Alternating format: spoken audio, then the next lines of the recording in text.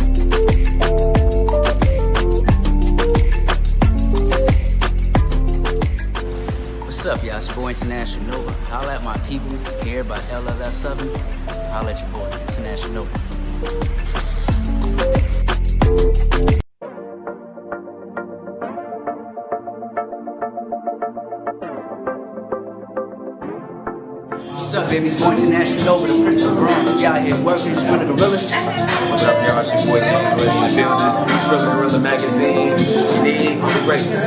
King's Times too, baby. Yeah, of course. You tell her that you want it.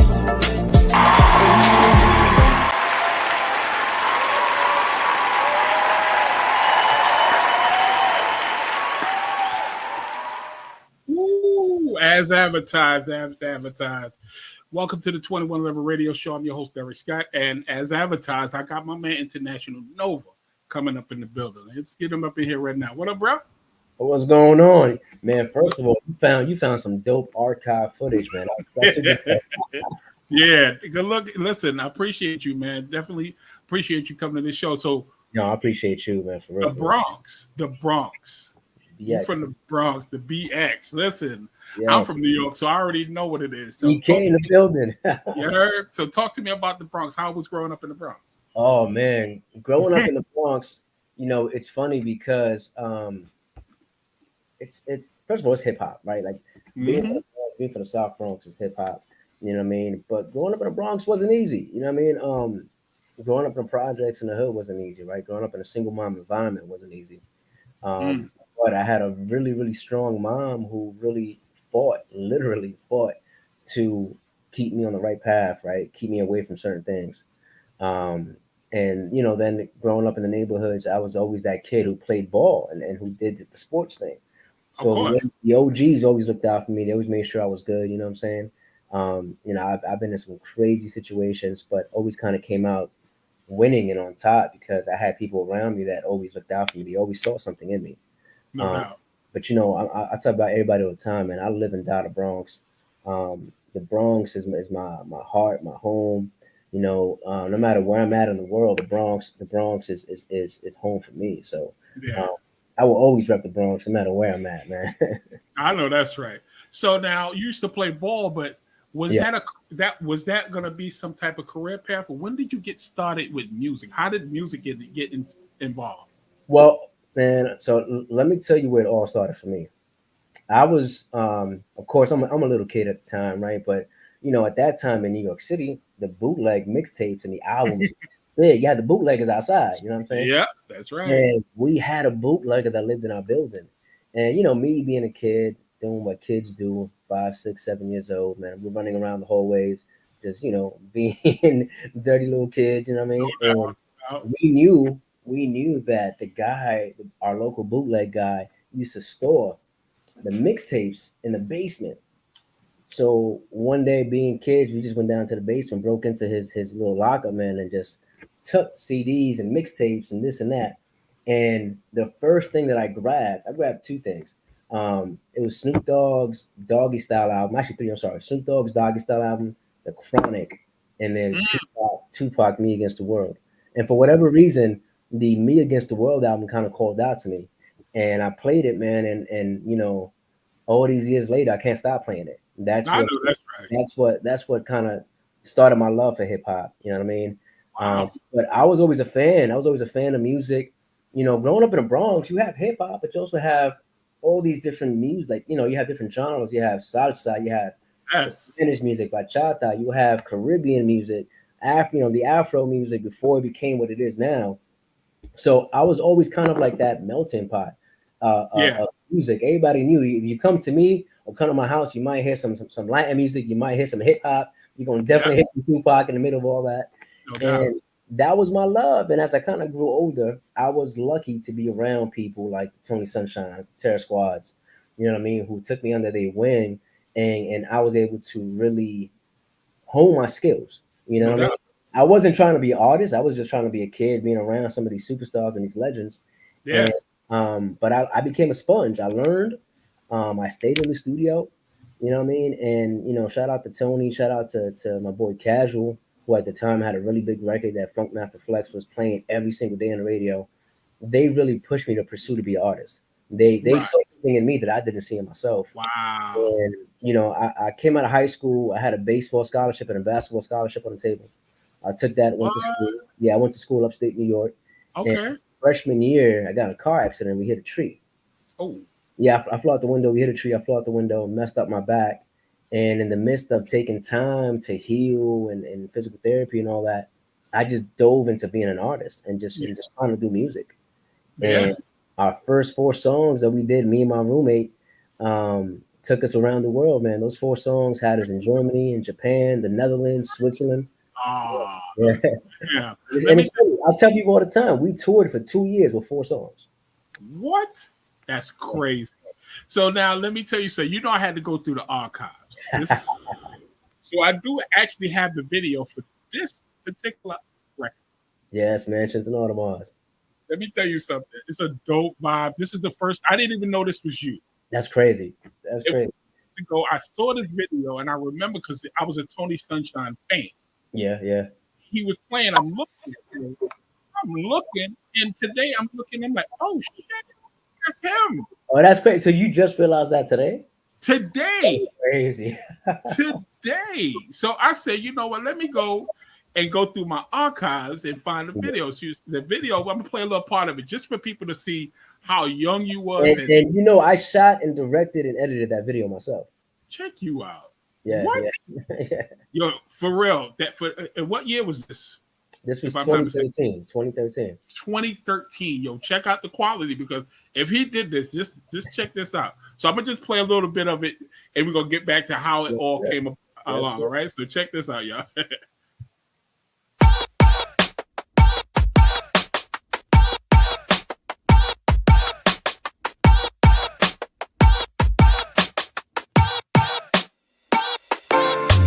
Diamond rings and shiny things, treasures of every king. The sun, the stars, the moon to Mars, and everything between. More than any secret ever told, 'cause you work your weight in gold, 'cause you're my lady. So much more than all the mansions and the more. So much more, right? My ride and die, bitch. My bonita apple punch, I'ma get a fly, miss. Cause I've been around and still don't see one. My little mama, hold it down, she might get a queen, shit, cause she might get a queen. My married chick, my real love, there ain't no in between. Yeah, she my down, my missus hold me up. My lowest flower bomb, baby girl, she know what's up. Yeah, see I can take you there, we can take. That's crazy. Yo, 2013, Yeah, bro. Yeah. I love that song. I remember that song, and I'm sitting there going, yo, when Tony Sunshine gonna do some more? But I had no idea that was you until today. Real talk. Yeah. So Tony, man, and I always a lot of the interviews people always ask, because they always see me around Tony. But a lot of my early career, man, is Tony was behind it, because he was the one person that really pushed me at the time to pursue being an artist when I didn't want to. You know what I mean? Wow. And I remember at the time, we were kind of doing the rollout for my first album. I had just signed a Spectral Records and Sony, and we were doing a rollout, and we was doing college interviews. And I remember Tony was the first one at the house waiting on me, waiting for me to get dressed. He was out there with me. He was handing out CDs in Manhattan College, you know. And I remember I kept telling him, like, dude, like, you're 26, man. What are you doing? He's like, nah, you my little brother. I got you, you know. And you know, so a lot of my early success was definitely, he was a big part of it, you know what I mean? And you know, same thing with me with his success. You know, we kind of relied on each other a lot. And you know, that's my brother, man. Like sometimes I tell people, blood doesn't make you family. It's what interactions you have that make blood makes you. Like people don't understand that when you said what you just said, it resonates because I know for a fact that blood doesn't make you family. It makes you just related. It makes you related. Exactly. You're related. Family, you know, a family is something completely different from just being related. Yeah, I agree. I agree. Support, you know what I'm saying? Support, and no matter what, loyalty, all those things going to above all loyalty. You know what I'm saying? You know what I'm saying? Nothing like loyalty, yo. So now, I did find a couple of things, like I said. So take it now, memory lane. So now, what's happening is that you was a hip hop artist. Yes. But you switched over and said, you know, it's time for me to get into my roots. Because you're from Dominican. You're Dominican, correct? Yeah, so I come from a Dominican family, as well as a Black family with a mixed family. Right. But yeah, you know, Dominican Latin roots. I came from a mom who migrated from the Dominican Republic, not knowing any English. And not only did she support me as her son, right, of course, but even before she had me, I mean, she came here with 7 brothers and sisters, and she had to raise them by herself for about 5 or 6 years when they first got here. And I tell you, I come from a strong mom. I come from a strong mom, man. Shout out to your mom, man. Let's get that around there.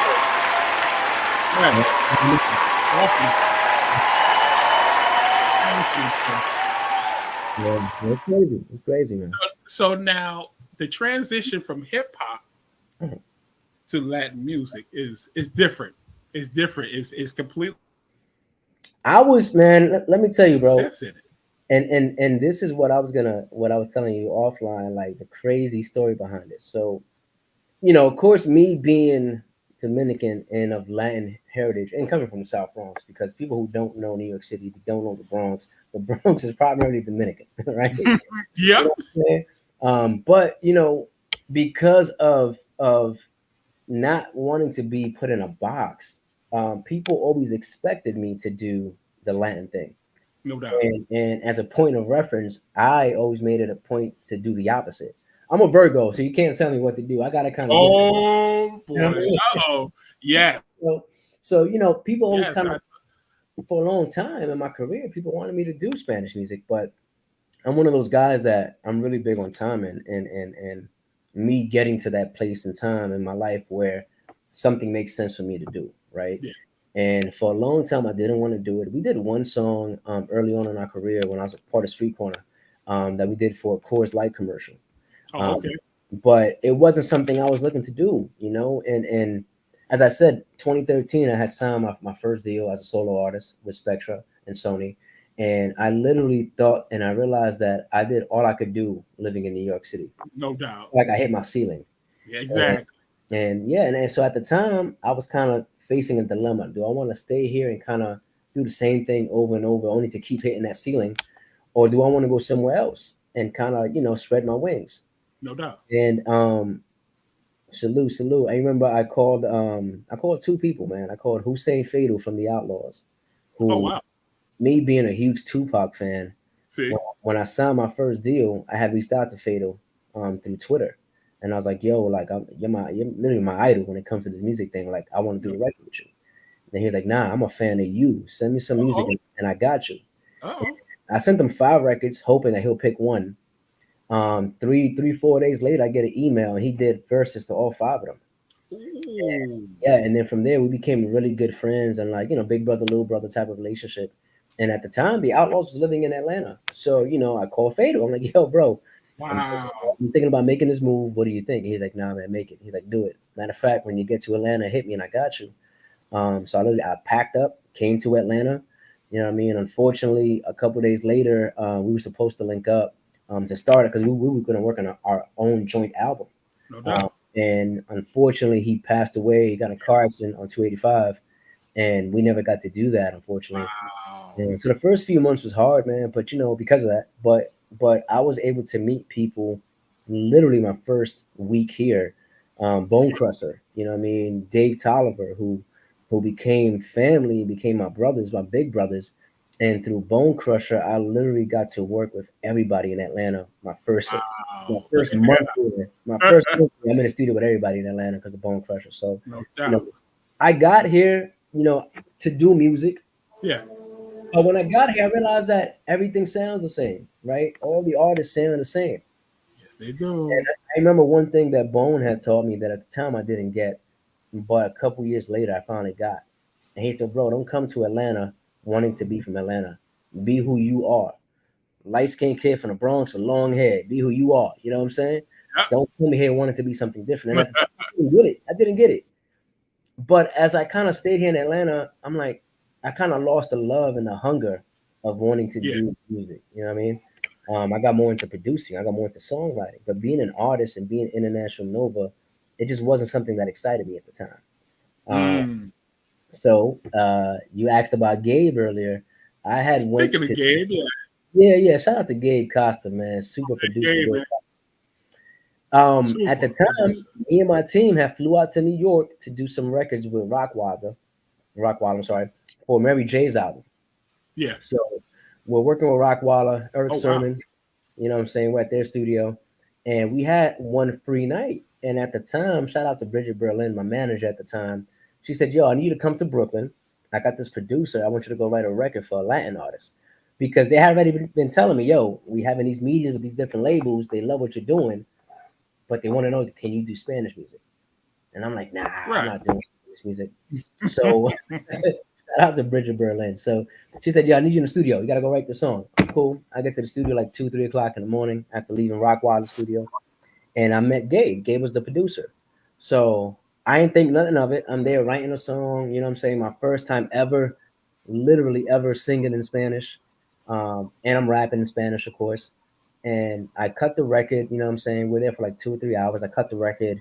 Literally lost my voice on the last take. And as I'm like, "Look, I'm done. I can't do anything else." I put the headphones up. Gabe rushes into the booth and he's like, "Yo, I want to produce your whole album." And I was like, "Huh?"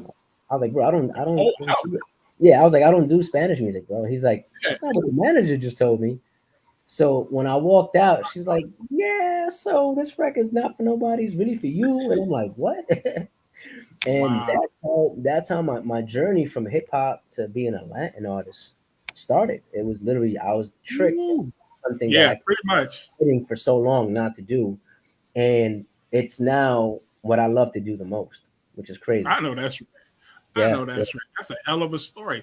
So now, let me tell you. So the funny part is, like I said, behind the scenes, something happened. Something great happened to you. Actually, you actually made Billboard.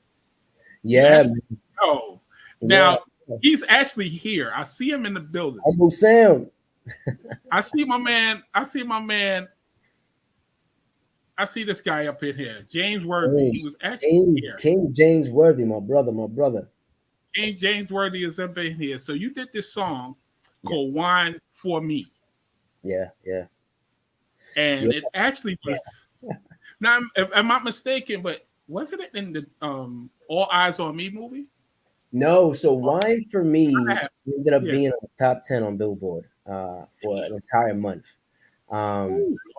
Crazy story with that too. I had recorded that song one night at like 4 or 5 in the morning, and I had to catch a flight. Me and Bone Crusher, we had a record or two turned up that we had to go promote in LA.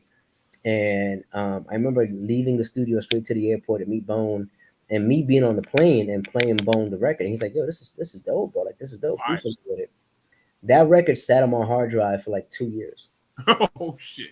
Check that out. Unfinished, of course, unfinished, right? Of course. But it sat on my hard drive for 2 years. And shout out to James Worthy, man. He's like I said, one of my best friends. He and I were just going through records one day in our studio, and at the time we had thought about making this 2-man group between me and James Worthy called Kings Times 2, because we felt that we're both kings, and we're going through the hard drive just trying to find some records, and I happened to play "Wine for Me," and I was like, "Nah, this is just an idea I got." And he's like, "No, go back to that." So when I went back to that, he's like, yo, this is a single. He's like, See? let me add vocals to this. Let me jump on it. So we loaded up the session, reworked the record, put the record out literally like a week later, I think. Ooh. And we're literally in the studio, maybe like 2 or 3 weeks after that, working on something else. And we got the phone call that, hey, the charts is about to come out tomorrow, and you guys just made top 10. Come on, stop playing. Yeah. What? Come on, man. Let me tell you what's crazy. We were recording footage at the time. I wish I knew where that footage was at. But we were recording. We had a camera because we were kind of doing like our own little documentary on the making of that album. And the joint was recording when we got the call. And I remember I looked at James, and James was like, yo, wait, what? I think they said we just made 10. And he's like, nah. And I'm like, I don't know, bro. I guess we'll have to wait and see. And next thing you know, man, that them charts came out that next morning, and we were top 10. Top 10. Yeah. But you know, again, I know y'all felt good that day. Oh no, it was an amazing feeling, right? Because it's one thing to be on the Billboard charts and have certain success, especially when you have a major label behind you. But that win comes in 10 times harder when you are independent and doing the entire legwork behind that record. And when I tell you, me and James was grinding, we were doing shows, we were doing interviews, we were doing hostings, and we were promoting the heck out of that record and that project. That when we got that call, we were just like, wow, that's amazing, you know? Yeah, definitely. And, you know, salute to you and him because, again, y'all sound like a great partnership because James came on here, one of the most humblest people I've ever met. Yeah, and yeah. It's so damn talented. Damn. Yeah. Unbelievable. So we got a whole album that's sitting on my hard drive that we talk, he just told us. We talk about it all the time. I'm like, yo, we need to release this. Like, you know. He just said it in here. He said, y'all need to look. Here you go right here. Look, boom. You need to drop that Nova and James record. Yeah, let's get it. We got some bangers too, man. It's crazy. Really? Yeah. That's crazy. So now I'm gonna ask you a question. How did this connection happen? Oh man, Santiago from Miss Melinda Santiago and Leon, man. Leon Cosby. Leon is a genius on the business side of things, man. You know what's so dope as an artist to have people around you that really believe in you, from my management to Mrs. Nova to Team Upscale. You know what I mean? Especially at this point in my career where you know, sometimes you get told a million no's, and when you finally get somebody that gives you that yes, that kind of, you know, erases all the other no's. But Melinda, let me tell you about Melinda, man. I chased Melinda for like a year. What? For like a year for her to work with me. I met her. I had met Melinda. So I met Melinda years ago, right? Okay. I don't even think she remembers this. I met Melinda years ago with Bone Crusher at Music Soul Child Studio. And it was like a big event. Yeah, it was a big event that Music was having. Shout out to Music. And me and Bone was there. Bone and Music Soul Child are like best friends. So Music used to come to my house. He would come and record in the studio and chill with us. His birthday the day before mine. Like, Music is a good dude. And I had met Melinda initially there, not knowing who she was, you know, and enter COVID in Clubhouse. Dang. And I just happened to be on Clubhouse. And my first night on Clubhouse, I had T-Pain, I had JD, a couple of different people in my room till like 4 a.m, just hanging out with us. Brian Michael Cox, you know what I mean? And just chilling. Dope. And and Melinda came in for a few moments, and I remember Dave had hit me, and Dave was like, yo, Melinda is who you need to work with. Trust me. And I was like, yeah, okay. And then I had just reached out to her. She had her own room, and I reached out to her, and I thought her energy was so dope and her vibe was so dope. And she's Latina, you know what I mean? She's a woman in the industry that is a male-dominated industry, especially in the business side. But she's strong enough to hold her own, and I thought that was so dope. Yes. You know what I mean? And I immediately hit it. And I'm like, yo, I would love to work with you. Like, you know, I knew she had some big acts, so I knew that my chances were pretty slim. No doubt. But I said, I'm going for the gusto. You know what I mean? Hell yeah. At the time, I had a really good buzz in Atlanta, so I thought I had a good chance. And it took us a year, man. And at first, I think Melinda was so busy at the time that I don't think she meant to be like, nah. I just think she honestly didn't have any time to really check me out and kind of Right. see what I was doing. But she would always show me so much love and had so much positive energy whenever we did interact. That I thought it was so dope. That I was like, look, if I never get to work with you, that's cool. I'm gonna keep trying. Exactly. And I kid you not, man. One morning out the blue, she calls me. She was like, "Yo, Nova, I'm ready." And I was like, Oh. "Yeah, like ready for what? What's going on?" She's like, "I'm ready." Like, I'm ready. She's like, I the label's ready, the team is ready. Uh-oh. What's going on? And I was like, yo, I'm there. Like, let me know. Let's go. Exactly. And we literally talked for like a couple days after that, just kind of hammering out certain things. She introduced me to Leon, and from there it's been a wrap, man. And we did a management deal.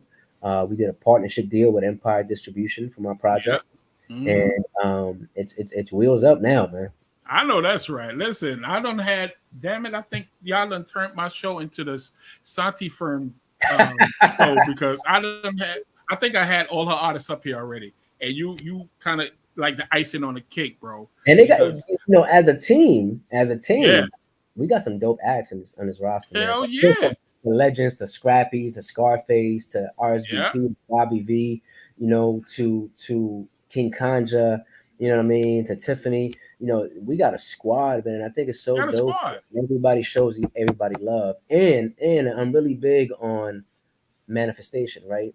And I remember for the last year or so, I kept saying, somebody had told me, yo, you should do a record with Bobby V.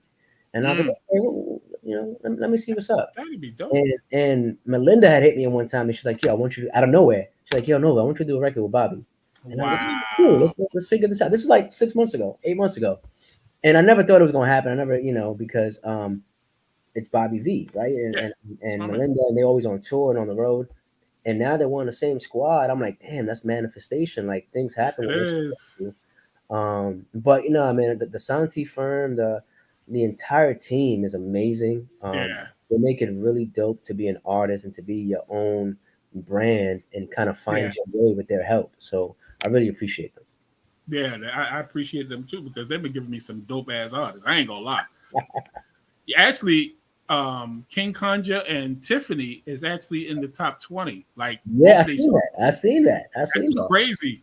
And I'm sitting there, like I said, I don't have a vote. So that's the crazy part. I love that part about how we do things. I don't have a vote. So when I got the information 12 o'clock that night, I was like, oh, I know they're gonna be happy. And I seen that Kanja got like 3 records on there. Yeah, I'm like, the record with him and Tiffany, the record with him and Bobby, and another.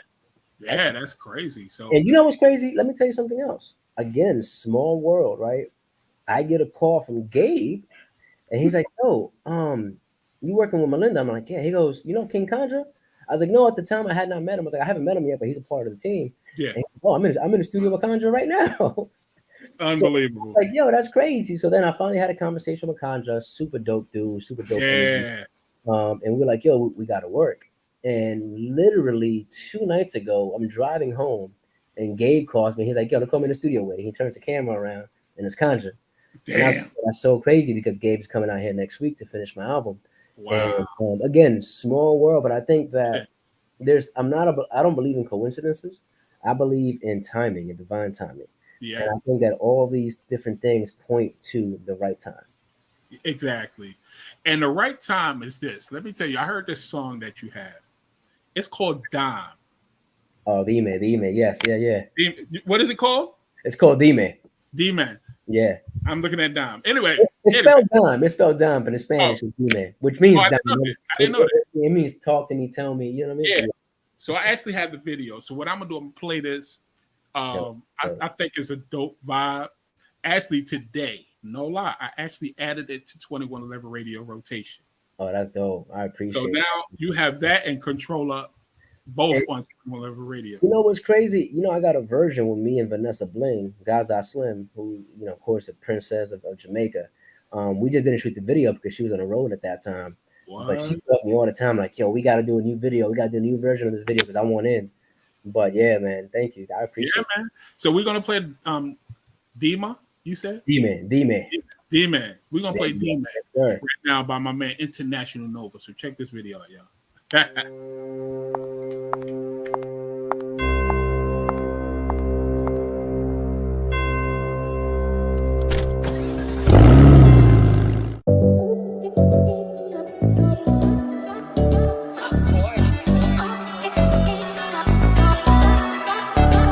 Ya te veo, un jangueo, vamos a tocarnos. Tus amigas y las mías, vamos para el cuarto. Don't leave, I can see it in your eyes that you want me. I can tell from the way that you're on me, yeah. So tell your man that you're on lease. I'll be sending you home when you're on E, yeah. Yo te como bien como un trago. How low, pero tell him where I go. I know, tiene varón.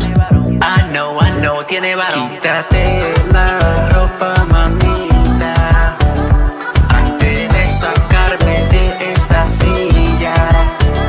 Sé que tú lo quieres, allá. Dime si lo quieres, allá. Sé que tú lo quieres, allá. Dime si lo quieres, allá. Que paseo, ya te veo con blusas y tangas. Tus amigas son las mías, te las vuelvo para atrás. Don't leave, she just wanna know. Tell her when to roll. She don't want my man now, she just wanna know. All up in that tour bus, now we on the road. Yeah, yeah, ya te como bien como un trago. How low, tell him where I go. I know, tiene varón. I know.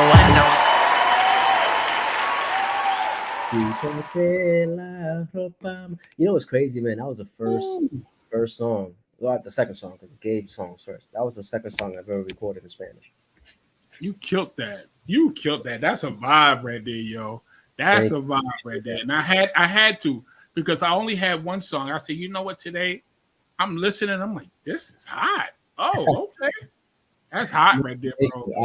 I appreciate that, man. That song went number 5 on the iTunes Latin and reggaeton charts. That's what I'm talking about. Yeah, So that's obviously I got a good ear because I heard that and I was like, yo, we gotta add that. Yes, sir. Gotta add that. That's hot. So you write as well, right? You wrote that? Yeah. I write all my music. I write for other artists as well. I produce for other artists as well. I got my own studio. I do my own mixing and mastering. I shoot my own music videos. Yeah. Damn. I'm self-contained, man. I'm self-contained. I'm really big on not depending on others. You know what I'm saying? Go out and get it. You know what I mean? Go out. If you got a team around you, that's amazing. But if not, go out and get it. Like, there's no reason why you still can't put that work in. I'm really big on that. Yeah, and what I like about you, like I said, from what I learned, you're very independent. Yeah. You're very independent. You got this, like I said, like about King Conjure, y'all got this aura about y'all that's so positive. You understand? I don't see negativity coming from you. You understand? I'm really big on being positive, bro. I think that I think energy is everything, right? And I think that's one of the reasons why, again, me and Melinda really connected, because she's the same way. For me, energy is everything. If I walk into a room and the energy's not right, the aura's not right, I walk right out. Right out. There you go. Exactly. Right out. So now you've been in a lot of damn magazines, brother. Like, jeez.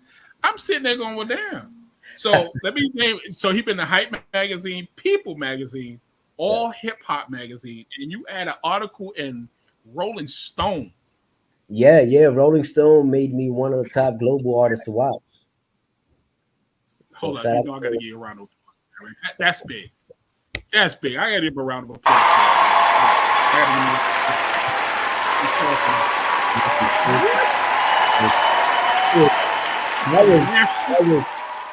You grow up. Let me tell you something. You grow up watching and looking at magazines, and like when you go to the doctor, right? You pick up a magazine. It's Rolling Stone. It's People magazine.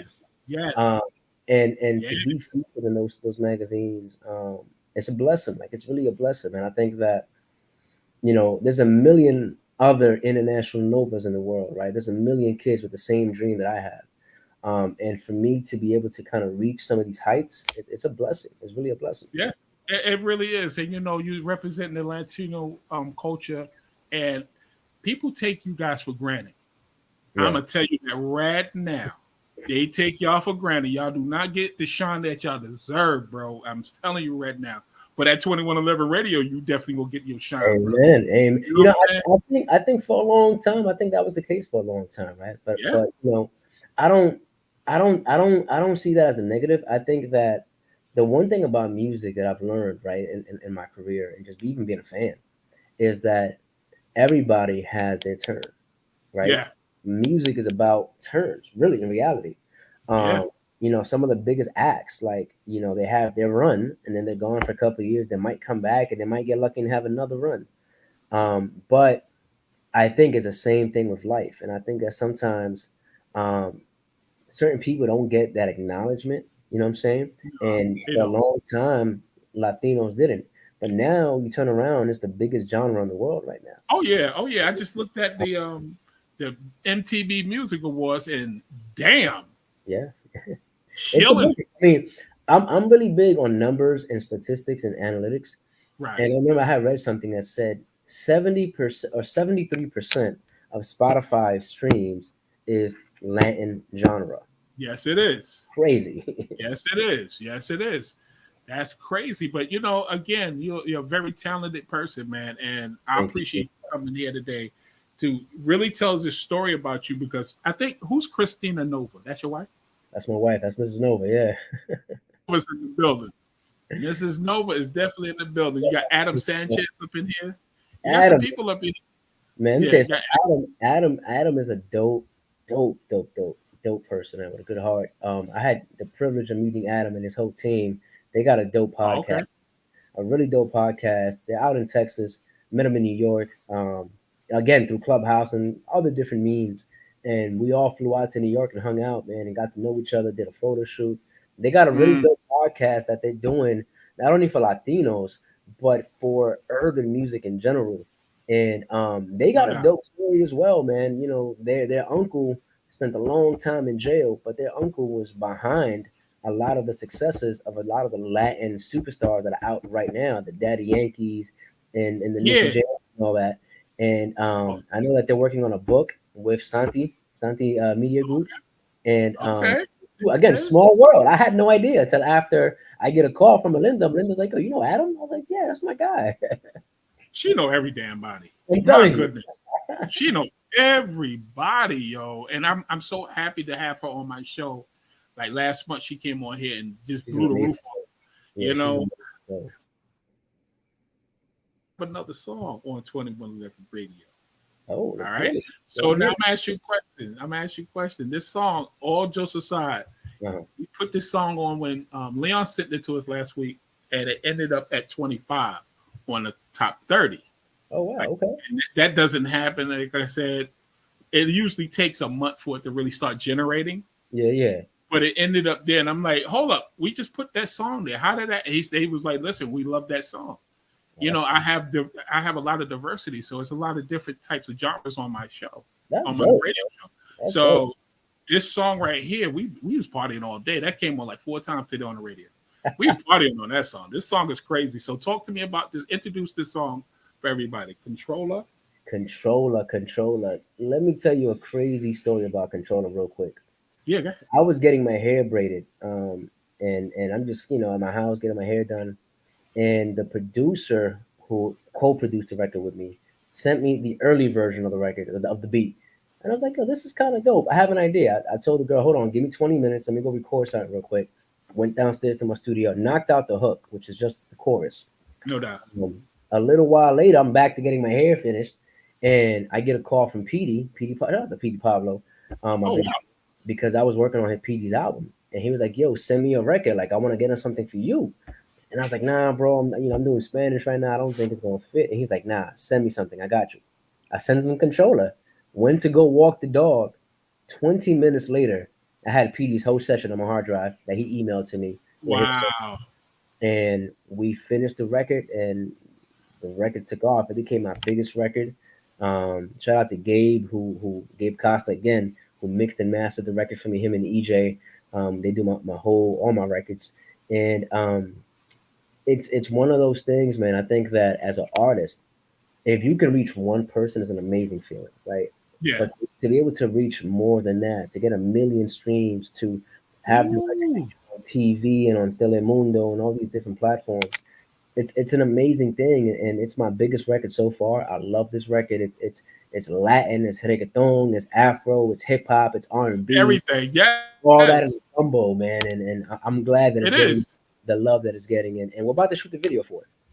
Oh, See, that's what I'm talking about. That was an exclusive, y'all. So yes, I definitely have to have you come back so you can see this damn video because this song is dope. This song is fire. So we're gonna play this song real quick, Get it. and then we're gonna get back with my man International Nova. Let's go.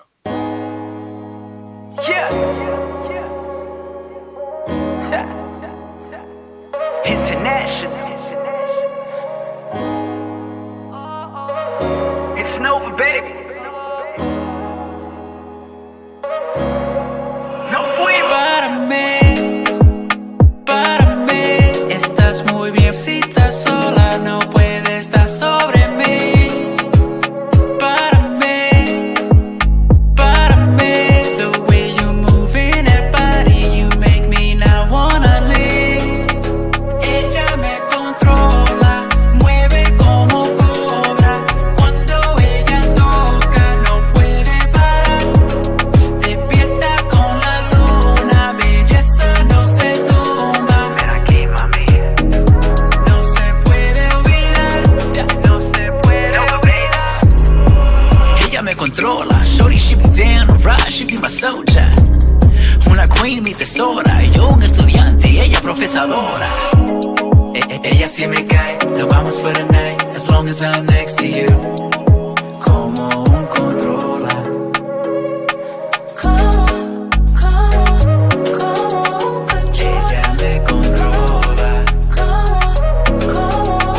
Ella me controla. Ella me controla. Nova, baby. ella me controla, mueve como cobra. Cuando ella toca, no puede parar.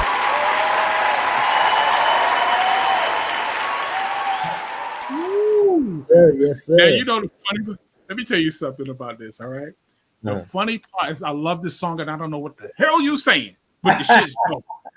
I'm gonna tell you right now, and that's the funny part. I don't You know know- what's going on. It's just a vibe, though. You literally, I had did an interview earlier today, and the other host told me the same exact thing. He's like, "Yo, bro, I don't know what you're saying, but this thing is such a vibe that I've played it 10 times already." See, exactly. That's just Well, that's fire. you know, right there. the record is just about vibing with a young lady. You know what I mean? She is it's telling the people that she controls me. You know what I mean? Her body controls me, her mind controls me, her heart controls me, and that's really what the record is about, man. It's being controlled by a beautiful young lady that has your heart. Mm. You Well, I know? know that. I know how that is. I've been married for 33 years, so I definitely know. Yeah, What get I it. know what that feel like. So yeah, definitely, I get that. That I is mean, super. it's a vibe. It's something that's needed, though. That's what I like about this song. It's something that's needed. Yeah, If you, yeah. and all just aside, you look the part. I'm telling you, people don't understand when you do this music, bro. You have to look the part, Yeah, yeah. and you look the. You call it International Nova. That's exactly who he is. You know, it's an international vibe. You have all this genres of music that you have is like it's international, bro. Let me tell you, man, I'm so excited to. So I got this dilemma that I'll tell everybody about. It's called the Kanye syndrome. I hold on to records because I feel like I have to get it perfect. I have to get it perfect. I have to get it perfect. And up until recently, I realized that the beautiful thing about music is the perfection in the imperfection. Nothing is ever perfect because music is one of those things that is up to each and everybody's taste. Everybody has different tastes, right? It's up to their perception of it. Controller was another record. Most of my records have been records that have been sitting on my hard drive for a year and a half, 2 years, because I've always felt like I need the right time, I need the right situation. And the amazing thing about being with Team Santi is that they said, "Nah, you have too many dope records. We got to put it out. We need an album by this date, right?" Right. And I had to go back and I was like, "Look, I know I got the records already. Allow me 4 more weeks. Let me go ahead and record a few more records." and even these new records that we just recorded is amazing. So I'm so excited to finally put out a project. I feel like that we have a album full of controller type records that you can play. It's gonna be hypnotizing. It's gonna make you dance. It's gonna make you vibe. You may not know what I'm saying if you don't speak Spanish, but I also have records where I'm speaking bilingual. I'm speaking both languages, and I think that's the amazing thing of what I'm trying to bring to the table. I feel like nobody's really doing that. I'm combining different languages. I'm combining different genres, and it's just being this big gumbo, and I'm serving it up. You know what I mean? You're definitely serving it up, bro. I ain't even going front. So now, what a lot of people don't know is you involved with a lot of different things like partnerships, and you're a brand ambassador for Lifeline Animal Project. Yes, Talk sir. to me about that. Yeah, Lifeline is the biggest animal organization in Georgia. And I'm blessed to be their brand ambassador. I'm a huge animal lover. I love dogs. I got 2 Pitbulls. I had 3. One of them passed away about 2 years ago, and that broke my heart. I'm really big on dogs, and one of my mantras is to be the voice for the voiceless, and I think that goes beyond people. That goes beyond humans, right? I feel like animals also need that same love, that same attention, and unlike us, we can speak and we can say, "Hey, I got a headache. I don't feel well," or "I got the flu." They really can't speak to you. You know what I mean? They give you little hints that let you know they're not feeling well, but they don't have an actual advocate for them. So for No, you do me, not. yeah. So for me, it was a big thing to have a cause that I really believed in. And shout out to Upscale, shout out to Leslie and Lifeline for really coming together and finding that middle ground where I can be the brand ambassador, I can be hands on with what's going on, and really share and speak on the things that animals are going through. Right? I mean, Lifeline is a big organization that believes in no kill shelters. And Oh, I yeah, that's one of our biggest initiatives is that we want animals to be in a no kill shelter, and yeah. we want responsible owners, right? And I remember when I moved to Atlanta, I lost my dog. I lost Fat Boy, and I had went to the animal shelter, the local animal shelter in the Right. Cobb County. When I tell you this shelter, from top to bottom, is filled with animals. Mm. 4 or 5 animals in one cage because there was so many animals that they couldn't give them their own space, and it broke my heart to see it that way. And Yeah. then 90% of those animals were pit bulls. You know what I mean? And I love pit bulls. So it just broke my heart. So when I was able Yeah. to have the opportunity to be their ambassador, I ran to that Hell opportunity. yeah. You I know? know that's right. Yeah, and something like that is so positive, and that's how we just talking about you before. I said there's something about the aura that you carry with you that just gives off that positive vibe. You understand what I'm Thank you. saying? I So now appreciate it. you definitely are in partnership with a lot of people as well. Yes. So you got Eli, yeah, Eli Motherhood Foundation, Circle Yeah. K, Circle K. Circle K. So let me speak about the Ellie Motherhood Yeah, Foundation first. please do that. Yes. That's near and dear to my heart. I recently lost my aunt Elizabeth to stomach cancer. And it really kind of tore our family apart, man. She was very young in her 40s and unfortunately Mm. passed away to stomach cancer. Sorry to hear that, bro. One of my biggest supporters, you know what I'm saying? Between her and my mom, like those were at the time my 2 biggest supporters.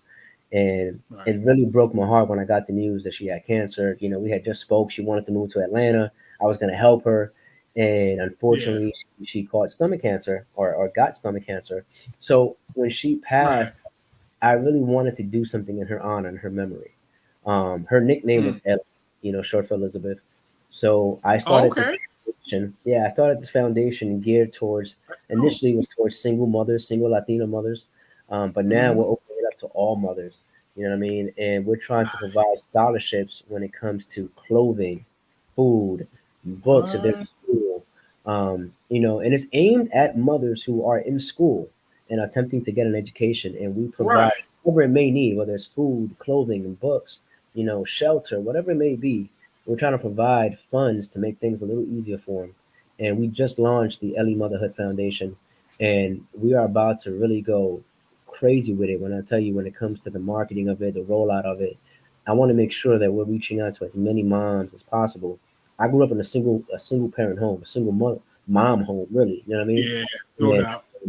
for me, that's something that's really important to me that we can, as men, especially, that we as men That's right. provide that help and that support to women, and to the children as well. No. Well, let me give you a round of applause on that because I have something to say. I really do. So what I want to do for you when you get the marketing and everything together, to get the word out, send us anything you have that you want on social media, and we'll plaster it on all our pages. Yes, I sir. will do that because at the end of the day, that's something really dear to me as well. Because everybody's not doing that, bro. And Yeah. again, it speaks on your character. It speaks on the good person that you are. You understand? So I want to be able to help you at 2111 Radio in any way we can. So how do we donate? How do people donate to this? So shout out to bold.org. We just partnered with them in regards to putting this foundation out, providing scholarships. We're picking the winners through bold.org. Nice. I'm going to be announcing a lot more details in the next week or two. We actually have a takeover, an international Nova takeover on the bold.org platform so that we can really try to reach as many people and get the word out. Again, this is like really near and dear to my heart and to what I really want to do. I tell people all the time, like, music is amazing, right? I love music. It's my blood. It's my bloodline. But I want to leave something beyond music that leaves something behind to help others.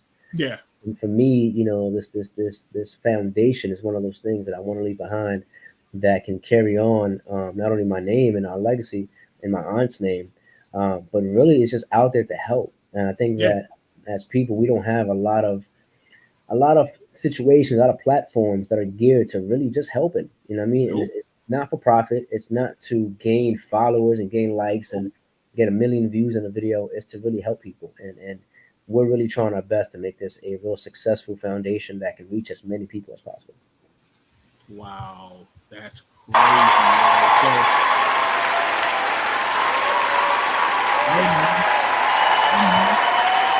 Man. Let me tell you something. First of all, I appreciate you coming here, sharing everything that you shared tonight, man. I really do. And it's been one of those shows where I could sit here and talk to you for another damn hour. Because again, you're very I'm very comfortable. Yeah. To you, like I said, that positive energy that you give it. You understand? Yes, you give what you get what you give. And you're giving me energy to sit here and really have this conversation. But I know you got to go, but I always ask my artists this. Always ask artists this question. All right? So, you got James Worthy producing. You got yourself. You can have one artist to collab with in the world, dead or alive. Who would that artist be? It would have to be Tupac, man. Like I can't pick nobody else because for me, that's where my love for music started, was Tupac. You know what I mean? And I got close. I was able to work with Hussein Fatal, the Outlaws. But Tupac is that one person. And I'll say shout out to Puff Daddy. Shout out to Diddy, man. I was able to meet Diddy a couple times. You know, we came from the same high school. He came back when I was a senior in high school to do something with J-Lo. And they tasked me to be the guy to show him around and all that. So I met Puffy then, and then I became good friends with Danny Duquesne. What? 26, and I was around Puffy again, and it was super dope, man. But he's one person that to this day I tell anybody, man, like if I had to pick one producer to work with, it would be Diddy, because that man has an ear that you can't teach. You can't teach that. He knows hits when he hears it. He knows hits, and that dude has music in his veins. He just put an album out that's amazing, right? Yeah. And I'm listening to the album in the car today, and I'm like, this is why he's one of my musical inspirations, because to take that many years off of the game and come back with an album that sounds the way it sounds, Jesus, that album is amazing. You know, let me tell you something. What you don't do is give a guy like Puff years to sit down and relax and do his other business and then come back. You don't give him that chance because for him, you already know Diddy, if he's going to come out with something, it's going to be fire. I feel like Diddy said, you know what, if this is going to be my last album, I'm going to go out with a bang. And I feel like this album is his chronic. Like this joint is, like, you know how Dr. Dre has the Chronic album, no matter what Dre does, he has the Chronic album. This will be Diddy's defining album, and it's crazy that it comes at an age that, you know, he's no longer a young kid. You know, he's not like us, 20, 30s. Grown man in his 50s, And the fact that he can still make music this way is, oh yeah, and that just goes to show. And I was having this conversation, and I know we're on limited time. don't worry about it. Go. Hip hop, urban music is the only genre that puts a time limit on people's age to create music. No other genre does that. No other genre does that. You know what I'm saying? Now rock and roll, they'd be 75 on tour. You know what I mean? But our culture, the black and the brown culture, we continue to put time limits and age limits on artists, and look what Diddy just did, man. Like, come on. Thank you. Exactly. Look what Diddy just did. Exactly. And you know, that's the one thing I like how you put that, and that's 100% right. I said that a couple of months ago. Why we keep putting time and age on music? I don't understand. Look, for instance, look what's going on with hip hop, the 50th anniversary of hip hop. Those arenas are being sold out. Yes. With the older crowd, with the older artists that's been paved the way over the years. Those Rock the Bells and all this, it's been selling out all year round. You know what's crazy? Yeah. I'm gonna say this, and I apologize for cutting you off. No, don't even worry about it. When I first came on the scene, I think I told you we had 4 records. We toured for 2 years with 4 records. Mm-hmm. Our management team was part of the Cold Crush Brothers, was part of Africa Bambaataa and Zulu Nation. DJ Melody, Grand Wizard Theodore, Hooper Herc, Grandmaster, shout out to Grandmaster Kaz, Puerto Rico. I was around legends, the people who invented hip hop, literally who invented hip hop when I first came in the game. And I learned so much from those guys, man. And I literally lived, before I moved to Atlanta, I lived in the building in Cedric Avenue next to the building that created hip hop. Wow, that's a legendary building. Yes. Yeah. And I think for me, again, that's not coincidences for me. You know, I take all these different things to let me know that I'm on the right path and this is what I'm supposed to be doing. But I say that to say this: music is timeless, right? We to this day listen to records that Elvis made, that, you know, all people made 30, 40, 50, 60 years ago, 70 years ago. Why do we continue to put limits on people's age to be an artist? You know, the only genre that does that. Rock and roll, the Beatles, you know what I'm saying? All these different artists who are in their late 70s are still on tour making money. Kiss, all these different people. Like, why are we a genre that does that? And we're the most popular genre in the world. Yes, we are. Yes, and that's the fact. That's a super fact, brother. And, you know, it's just young man like you to sit here and tell me that, like I said, speaks volumes. Because, you know, you could be up here talking about other things, but you actually sat here with me and talked about something that was really serious in this world, as far as in the genres that celebrate music, no matter how old the artists are, rock and roll, whatever it is. But us, for some strange reason, there's a time limit on it. Is a timeless thing. And like my man just said in the audience, music is timeless. Yes, it is. It really is. It really is. So now, you want to give any shout outs before I let you go, bro? Yeah, man. Well, first of all, major shout out to you and the whole 2111 radio team. I've been seeing you guys post the flyer and all that these last couple of days, man. As an artist, it's really dope to be on these type of platforms, right? Because we can do music all day long. Yeah. But we don't have the platforms and the people to help us get the music to the masses.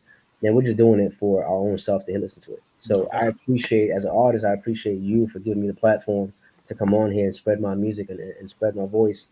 So thank you for that. You are family now. Anything you need from me, you know what I mean? I like that. Thank you. I appreciate it. Shout out the fans, man, because of the fans is what keeps me moving, keeps me going, it keeps me, grinding and trying to accomplish my journey and whatever that may be with music.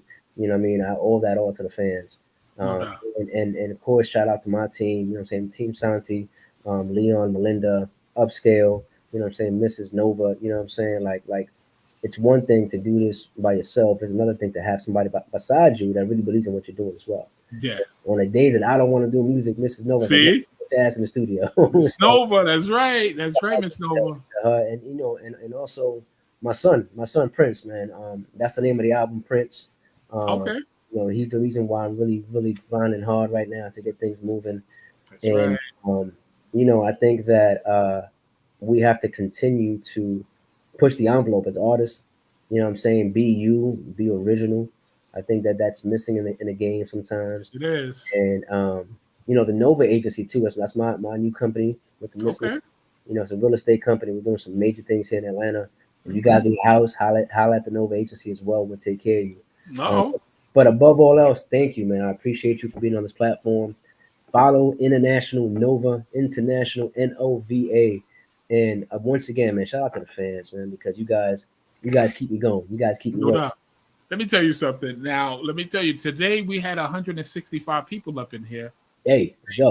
165 people came in here today. I don't know. You brought some people to my show today. So I appreciate that, first of all. Second of all, I appreciate your artistry. I appreciate the way you take this very seriously, because this is a career. This is not a job, because once it feels like a job, you need to stop. I agree. You understand? And I appreciate the Santi firm, because damn, y'all got a hell of a roster over there. Oh my goodness. The whole squad in here. Jeez. The squad is real, y'all. I'm telling you. And you guys, damn, it's like 8 songs from the Santi firm. I'm sorry. This is crazy. Unbelievable. You guys is definitely taking over my show, but I appreciate it because it's great. It's great music. I can't even argue with that. It's great music, man. The entire team is working, man. Shout out to Tiffany Taylor. Her project is super dope. King Conjure, super dope. You know what I mean? Of course, Bobby, RSVP, super dope. No doubt. So listen, everybody, thank you for coming through, man. Y'all really came through tonight.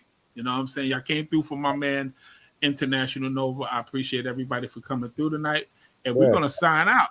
We're definitely going to sign out. But I want to talk to you behind the scenes after my commercials and all right? So just sit tight.